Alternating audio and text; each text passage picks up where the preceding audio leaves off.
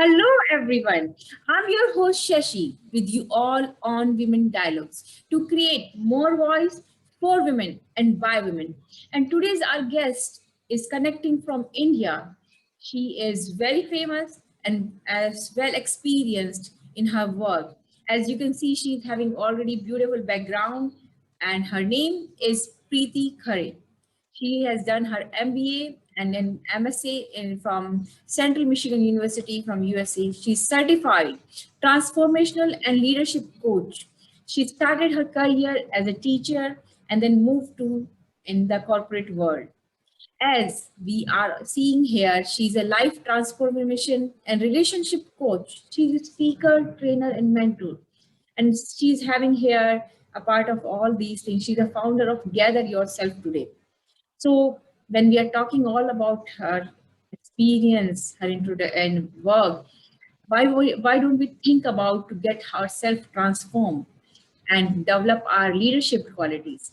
So let's start our session today by welcoming her on our talk show and get into our knowledge, get self-inspire and motivate. So welcome Miss Preeti Khare on our Global Women Dialogue talk show. Thank you so much, Dr. Shashi. It's a pleasure to be here on this platform with you today. I highly appreciate you, inviting me here. So thank you, Preeti. We can see, your work is very much visual, and we would like to know about your life journey before getting into your work and get ourselves transform in leadership qualities to develop ourselves. Tell about your life journey and how you found that yes, I want to go in this field, and you choose this career path. Sure. So, Dr. Shashi, as you mentioned, tell me about your life journey. So, I would rather begin from really my childhood. I, as you know, that I'm from India and I'm from a city which is like, north of India.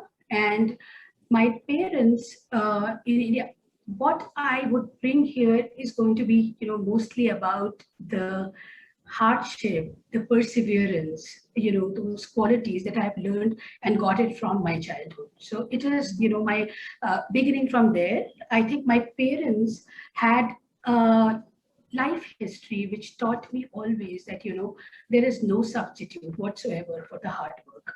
So hard work and being very focused, being very disciplined is what I learned from my, parents, really, both of them. I wouldn't say that it was a very rosy childhood for me, because I really lost my dad at a very early age when I was 11 years old. So, and we were about five sisters, and my mom was still very young. She was 38, and I lost my dad when he was 48 years of age to a cardiac arrest. And it was all of a sudden we weren't really prepared. And the thing is that what it got us into really made us what we are today, Dr. Shashi. All siblings, all of us, the way we grew, the way we could, the resilience that has come in us is also because of what we had to go through. So once my dad passed away, it wasn't as rosy as I told you. And then there was a lot going on in terms of, how to really, because he was the only bread earner of the family. And my mother was, a homemaker at that point in time. And we had five sisters. So, in India, how it is that, if you don't have a boy, it's like, oh my God, all these girls, how I'm going to take care of her. So she was, really, really, it was a devastation for her in some sense.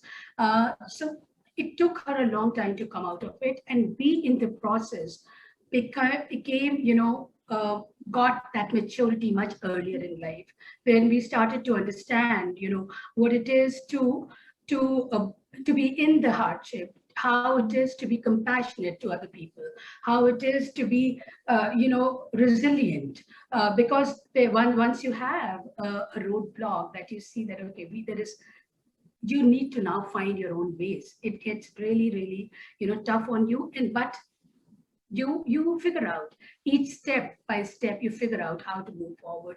So that's what happened with us. So one after another, the sisters, we just keep growing. What my mother did, a good thing was that she never ever compromised on her education. So she was very firm on this, that no matter what, the way we were being educated when my dad was there, she continued with whatever means and resources she had. She continued the same way, that no, this is something that I don't want to compromise on, because that's what's going to take my daughters to someplace else. And I think she did it beautifully, and we learned a lot in the process and continued the education. So I did my MBA, and then I got married and I came to Mumbai with my husband. And then no sooner after that, we moved to the US, where my husband went for his PhD. But due to some reason or the other, Dr. Shashi, the kind of caliber that I had, I worked for about 9 years before I got married as a teacher, then in the corporate world, started my career as a teacher and then moved to the customer service, to the managerial role, and, kept on moving up in the ladder due to, whatever learnings. And I was very passionate about, learning new things. So kept growing. But once I got married and went to the US, that's when I realized that there is this rule which we may call as, a very dumb rule, that, the spouses are not allowed to work when you're, the person who's going for his PhD or a higher studies on a scholarship, then the spouse is not allowed to work. So I was pretty much on my own, not allowed to work, a qualified woman. I felt very, very sort of out of place. I was like, what to do? But, as I told you, that there was a constant fire in me to kind of do something different, do something, which is out of the world kind of a thing. So kept on learning, and I kept started to volunteer at places. I started volunteering at places, and then I really joined an organization where I was actually with 60 other American women. I was also one of the teachers teaching the women who were migrating to the US from different parts of the world. And we were teaching them, English as a second language, ESL. So intermediate level English. And it was also about the acquaintance of the culture and other things. And I got to meet so many wonderful people there, Dr. Shashi. It was a very, very pleasant experience. So I kept volunteering. And then kept learning something or the other, right from it could be jewelry making, it could be, something else, but the journey was on. So something that was throughout my life, something that was constant was, constant learning. So I kept doing something or the other. Then I came to Dubai, because during the time that my husband finished his PhD, it was a huge slump in the US at that point in time, economically. So the first job that he got was in Dubai. So we moved to the Middle East, and being very skeptical of this place in the beginning, because when you have not been in the country, you're like, okay, how will women be treated? And so some impression from Saudi Arabia was sort of in our minds, and we sort of inquired and then moved to Dubai. That's when, because I was so impatient by then that I have not worked for all these 5 years, I really, came to Dubai and joined the school of my children and started teaching there. And I also learned French in the process. So I started teaching French, and Dubai and Middle East, as you know, being a happening place when it comes to French. So I could capitalize on that. I started teaching French, and then math and science was always my subject. Sooner did I realize that I had to quit this school, because I had my second baby who was not really getting accustomed to the climate and the weather conditions in Dubai. And he got really very asthmatic when he came to Dubai, because it was drastic change in terms of dust and other things as compared to the US. And I had to quit my job. And then I picked up something that I had took up as a hobby in the US, which was jewelry making, to a venture, So everything started from jewelry to the clothes to, so it was I set up a huge business there in Dubai. So it was some stint of entrepreneurship. And you talk about a hotel, and I had exhibited my products and went around places. So I think that's what I did there. Did a wonderful course there on Middle Eastern studies and culture, and also taught French continuously all these 5 years by tutoring children, because I somewhere thought that this is the most noble profession, that what could really contribute what you know really. So by then, yes, my children began to grow, and then we again went back to the US. This time I was very focused, Dr. Shashi. I was like, I always somewhere, dreamt that I'm going to be taking my higher education in the US from some of the very good universities, because I always thought about education. But whenever I thought about really, getting into a formal professional education, I always had to look at my resources. I still remember, and let me just tell you this anecdote, which gave me a lot of strength. Um, when I was not married, and once I was so keen on doing my MBA and management, since I was growing up in my ladder, I thought MBA is going to help me.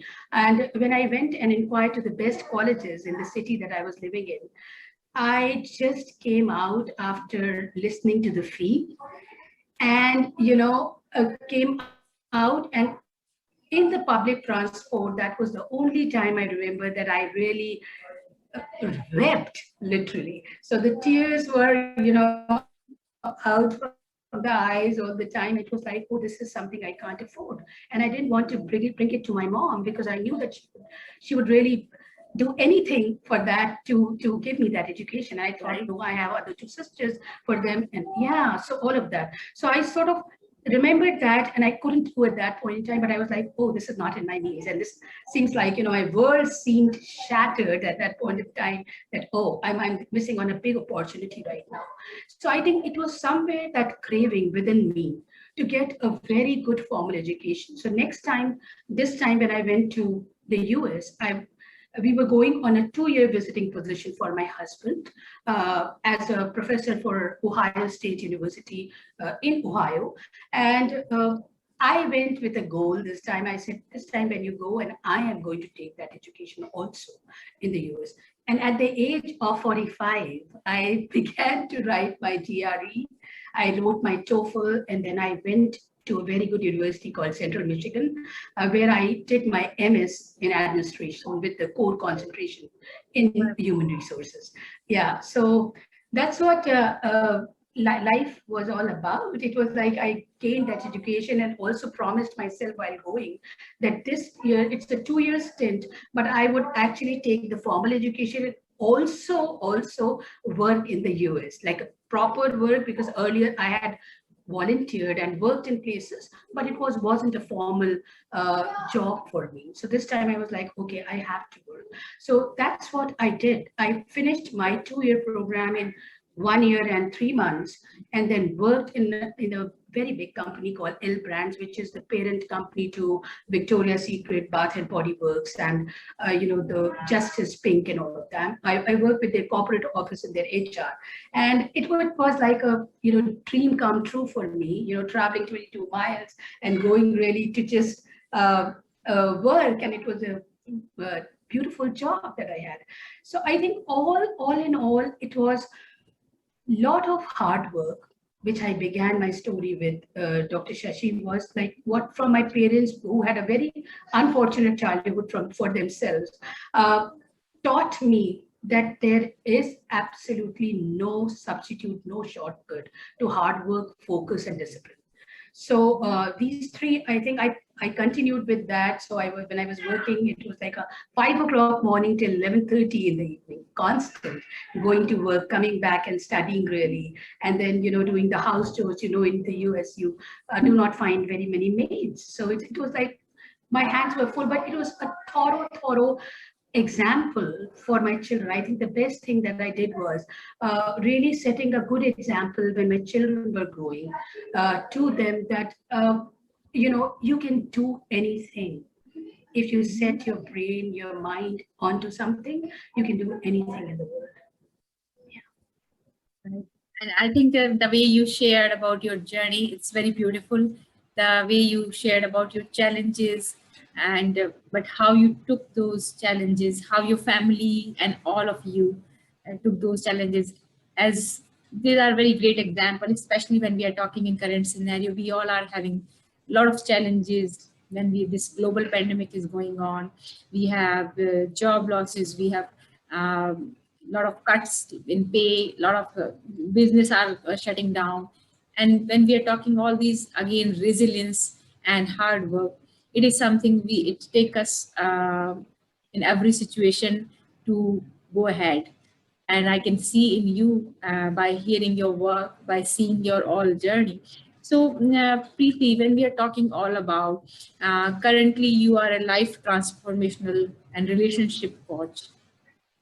And when we say transformation, it is something you are setting your example from your life, that you took a challenge at the age of 45, you studied, you transformed yourself, right? From that understanding that you was having this desire to learn, to transform yourself in a better knowledgeable person.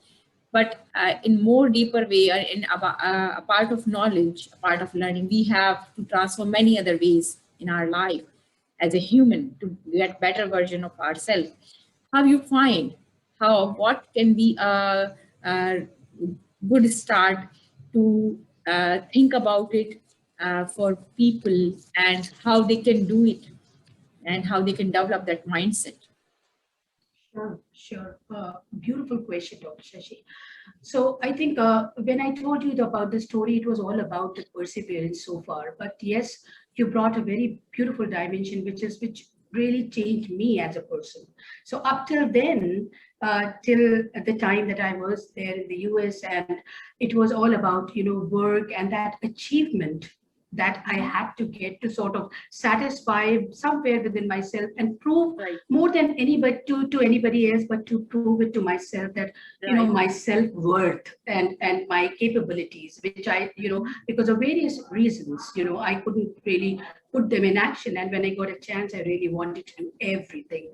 So from there, here up to this point in time, Dr. Shashi, I was attaching the meaning of life to my achievements, right? But sooner did we realize, and sooner did I realize really, when I, into 2017, when my husband decided to come back to India, because he's the eldest among the four siblings, and we are the only ones married in the family. So I have two beautiful boys, and these are the only children among the four siblings. Mhm. So my husband felt always very responsible that he should come back to India, be with his parents, and the kids should be here. So we decided to come back in 2017, and that was the time when my older one had just finished his eighth grade, and I thought that this is the time for him to really come to India and really get into this grill of the education system here. So I didn't want to take any longer further to sort of stay put in US and then take a stand like that, because it would have been very difficult otherwise. So we moved to India, and when I moved to India, I think something else was also moving within me. There was a huge pull. I was always very interested in the personal development space. So I read a lot of books in terms of how one could be more aware, how one can develop oneself, and all of those things. But I think I never thought of it so deeply. But when I moved to India, and I took up an advisory role in one of the companies here in the central part of India, where I am in Bhopal currently. I took an advisory role, HR advisory role, but I was feeling that this is something really that I'm good at it, but I might not be very happy doing it for a long time. And I saw something really moving. And one day I had to really sit my husband with me, and I told him that, don't send me any of these HR jobs anymore. And he was, what happened? And I told him that, it's just not exciting anymore. And he said, do you remember you just completed your master's in the same subject, and how badly you wanted to do HR, and what's going on? And I said, I don't know, maybe I'll take some time to figure out what I want to do. And I quit that job, which was a consulting advisory role, and took some time off for myself, wherein I wanted to discover what's going on really. I read a lot of stuff, Dr. Shashi, and I really understand that there is a huge pull in this area, wherein I felt that coaching excited me. I found my calling here. And Mhm. what was happening also was that when traveling from one country to another, and making so many, I'm a very people oriented person in general. And when I met people, made friends in different countries, across the country, something which emerged for me and which was so common was that, the bestest of the moments can come to you from relationships, and the most miserable moments can also come to you from relationships. So Mhm. that is something that was, sort of brewing within my inside, which was like, okay, I have to do something about this. There was an urge, there was a huge fire, as I said. And that's when, I got into this coaching, did various different courses. Plus, as you mentioned, it is all about first discovering yourself. I think I transformed myself in a big way, wherein, as I told you, that the achievement and meaning, which was earlier going, they were together for me, but Mhm. later in life, they sort of, I had nowhere this association wherein my achievement was the meaning for my life. So the purpose of my life was totally different than what I was achieving. It was like, really creating that impact on the world, really making that difference in my life first and then in other people's lives. So I think So, that's where Preeti, I I really. just would like to ask you, when we are talking about all this transformation and relationship work, in the current scenario, when we are talking, again, I'm coming on a point which we are facing and observing, due to isolation, due to in us, having yourself in a one area, one place. A lot of relationship issues are coming up. A lot of when you are saying, okay, that can be a relationship with the person can be good and bad, and in the current scenario, we are experiencing our relationships are they are getting good and bad in many ways. What you observe yourself, since you are working in this field, and when you are observing, what is your say to the people, how they can develop that sense, how they can build up to develop their better relationship in their family or with others. Sure.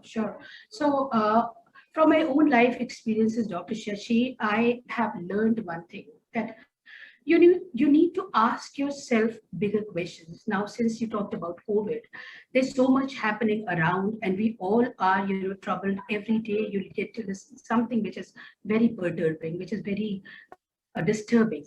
So we need to ask bigger questions in life, wherein what is really important for us. We and that's what I was mentioning to you. Your achievements, what do you associate with? Is it the everyday running around things for materialism, for things? Is that what is valuable, or is the people in your life more important to you?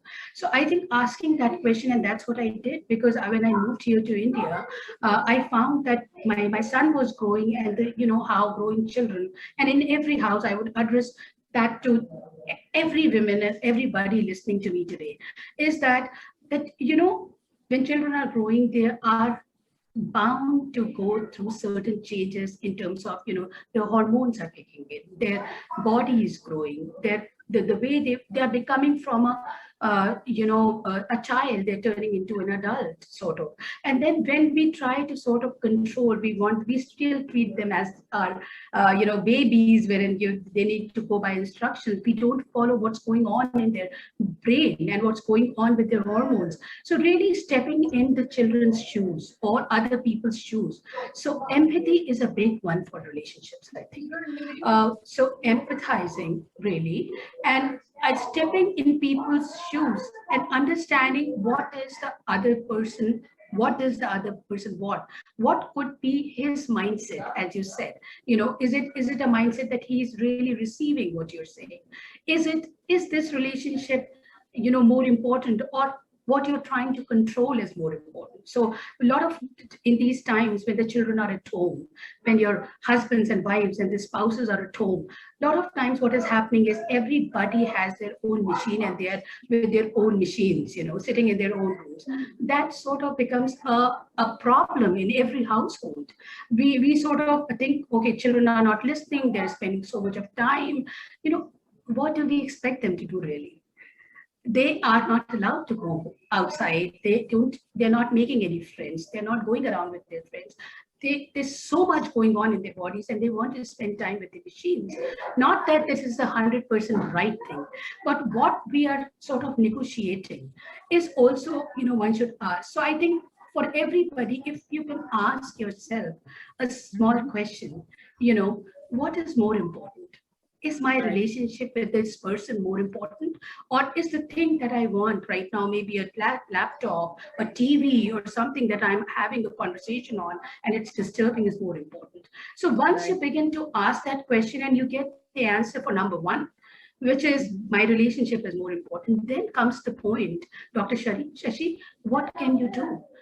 Because relationship is all about giving more than really thinking about receiving, Mhm. right? So it's So, Miss Preeti, I just would like to ask, when we are talking about how they can balance and how we can see what is more important between the negotiation or relationship and all about our time management and everything we are bringing here in the different larger aspect to see and analyze. Uh, what way you feel when we find, okay, my relationships are more important? What one key point would you like to tell them when they understand that, what next step they should take as a key point? Because even though many times we understand, but still we don't take the right step. So what one sure. that point would you give them to go further in navigate their relationship building up? Right. I think I always talk about this, and I have done that in my own life and found it very, very productive. I think setting those healthy boundaries, each one of us, if we can set those healthy boundaries where we know that we shouldn't be stepping in somebody else's boundary, which is, give people them their spaces, meaning Mhm. not the physical space, but the space that let them do what they want to do.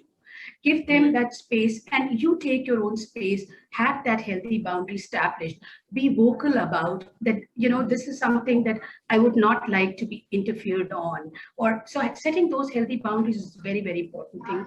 Then having that alone time for each one of Mhm. us, I think for the relationships, we are together in the houses these days and everybody's together. And it's becoming in every house, you will listen that it's becoming more claustrophobic for people than really enjoying each other, right? Because we have had a chance to have too much of each other, everybody's saying, Mhm. around this COVID. And so having too much is not about really not being able to enjoy, but when we sort of encroach Mhm. people's spaces and not allow them being as they are. So if each one of us has, some alone time, some me time that we call, wherein we do what we are doing undisturbed and trying to really rejuvenate, be self-aware, be things which are, so meditation and reading good books, having some yoga and all those things in place would really help. So one Right. of the key things, So, as you asked, is Preeti, that's very key point you are bringing. Allow people to get their own space, and how you find having a platform like Women Dialogue, and we are bringing people, we are bringing speakers. Those are really sharing their knowledge and vision and inspiring and motivating others. How you find it is helping, or it is important, or it's needed in the creating that kind of mindset which you are talking about. right, sure. So Dr. Shashi, this is an amazing platform, and many such, people like you who are doing this fantabulous job of really, bringing different people onto your platform wherein people can share their experiences and knowledge. I am a strong believer about, it is experiential learning that people share is much more than you can read in any book. It's Mhm. about each person's experience can be, shared, and then people can begin to sort of take them and imbibe them in their own lives. So a platform like yours is a wonderful thing. And like the other platform that I am a part of, Wiki, if you can see there, it's Women Indian Chamber of Commerce and Industry, and I have taken up as the president for the coaching council here in the state. And what I really want to do, as you asked, was to create that awareness, about coaching and how, people have different issues. Like, it could be relationship, it could be transformation, it could be certain goals, but people do not know that people like you and me are available, that they can go to and really seek help. And it is not a taboo, because it is not something that, people associate a lot of taboo. Going to the counselor is a taboo, going to, but coaching is all about really being able to accomplish your goals, come with your goals, and then, get a direction. So if you are feeling That's very someplace very important and stuck, very nice. I would just like to ask one last, not least, what one message would you like to give to our viewers and audience who are listening and watching us? well, I think the constant should be learning. The constant should be learning. This should just keep learning. I think that is one thing that can keep you away from a lot of negativity, which is in these times not very healthy to have. So it will bring that positivity in your life, it will bring that energy in your life. So start working on yourself and give people that, space to sort of be themselves, be it children so that they grow healthily, be it your spouses, be it your, in-laws, family, whatever. So I think one Very message nice. is to just have your own boundaries respected and respect other people's boundaries. That's very nice, and I believe in the same way. Our listeners and who is watching us as our audience, they must be taking the same way. Constant learning is the key to grow yourself, to create your more knowledge in your work, in your life, and a part of that, you are not alone. We are here with you to inspire and motivate you, and grow yourself. And if you are looking for any kind of support, please get connect with us. A part of that, as a coaching life transformation and relationship coach, you can see the details are available in banner, and I'm going to put in description as well. So get connect with Preeti Khare, and looking forward to have you again with more inspiration, motivation, with again one more enthusiastic to create a change, a beautiful speaker on our platform. See you next time. Till then, take care. Bye bye. And yes, don't forget to subscribe and like, to get keep yourself aware what is coming up. Bye bye.